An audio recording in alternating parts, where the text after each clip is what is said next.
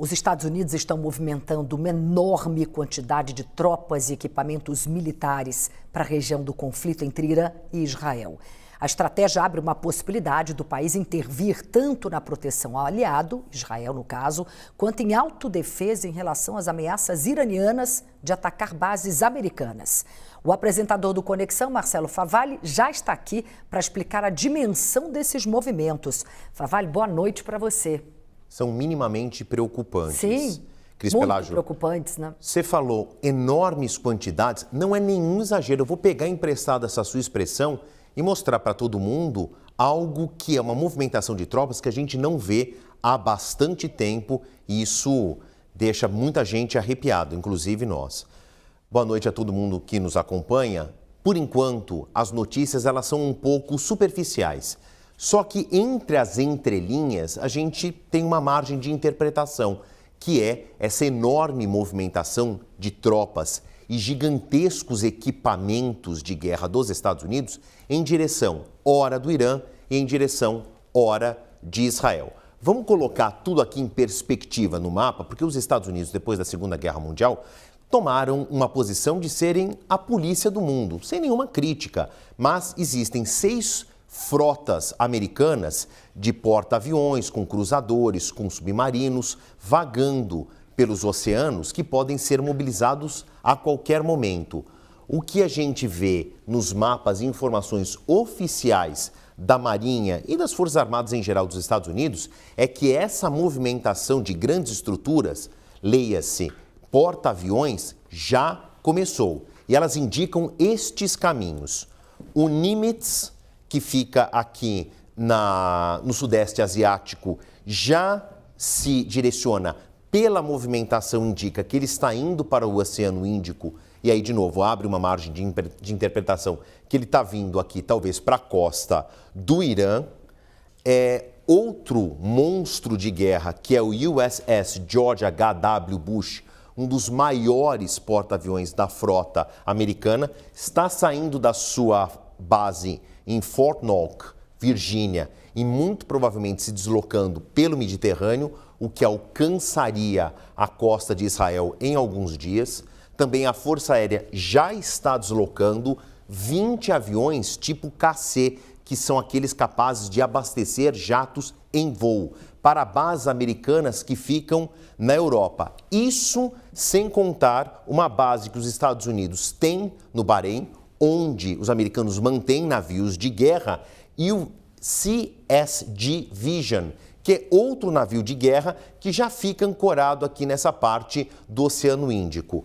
Para que todo mundo entenda o tamanho disso, antes disso, existe uma base pequenininha num atol, ali num paraíso turístico, a base de Diego Garcia, onde os americanos mantêm os bombardeios stealth, aqueles que são invisíveis aos radares. Então, neste cenário de uma movimentação que os americanos ainda não disseram claramente para onde vão, abre uma margem de interpretação que eles podem ser engajados nesse conflito, ou para atacar diretamente o Irã, para proteger as dezenas de bases americanas salpicadas em toda a região, ou muito provavelmente para dar apoio a esse aliado histórico dos Estados Unidos, que é Israel. Mas vamos ver o tamanho desses equipamentos. Eu estou falando aqui, mas as imagens falam por si só. Vou pedir a próxima arte para a gente ver o que significam estes porta-aviões. O USS Carl Vinson, que já fica no Oceano Índico. 5 mil militares a bordo,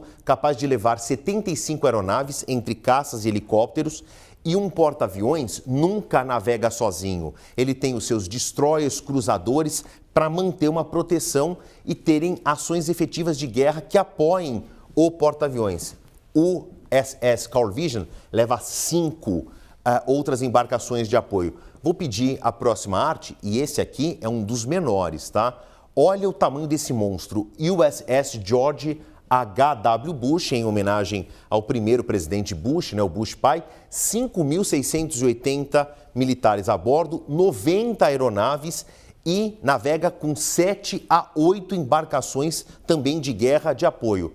Próxima arte, por favor. Já chegamos em 2 porta-aviões. Vamos aqui para o terceiro, que é o USS Nimitz, 5.000 militares a bordo, 60 aeronaves e outras 4 embarcações de apoio. Não é só isso, fora todo o equipamento que já está posicionado. Próxima arte, por favor.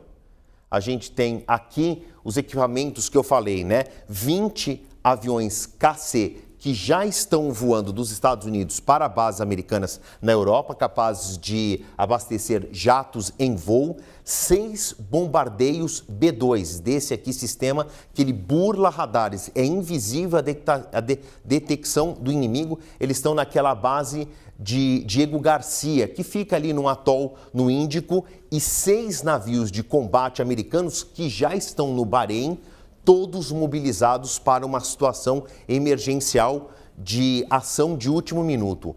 Vamos ver a próxima arte aqui. Por que todo esse equipamento é importante? Porque o bombardeio, essa primeira leva que nós estamos acompanhando desde quinta-feira passada de Israel contra o Irã, acertou algumas unidades nucleares. Mas existe ainda o coração do programa nuclear iraniano que está enterrado no solo, literalmente. São polos de desenvolvimento do programa nuclear do Irã que foram propositalmente enterrados ou cavados abaixo de cavernas.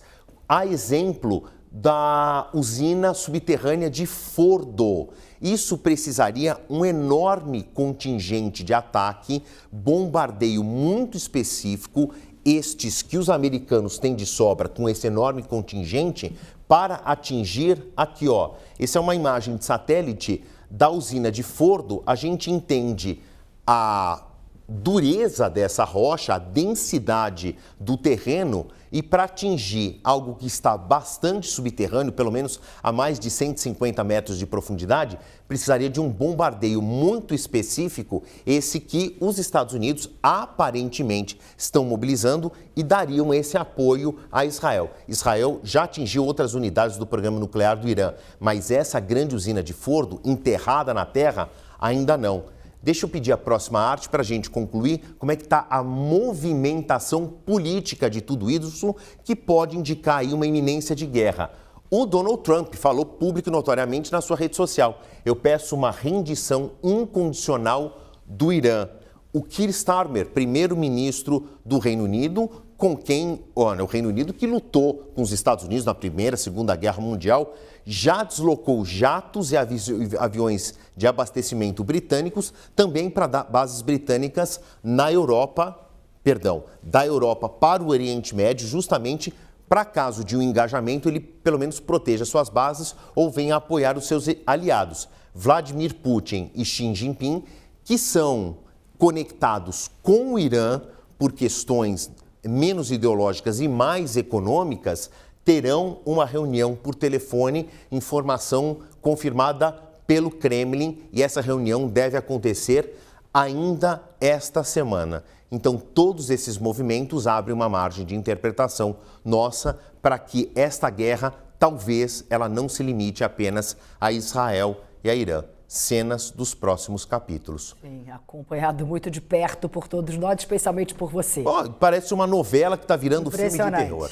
Exatamente. Te chamo já Até novamente. Já.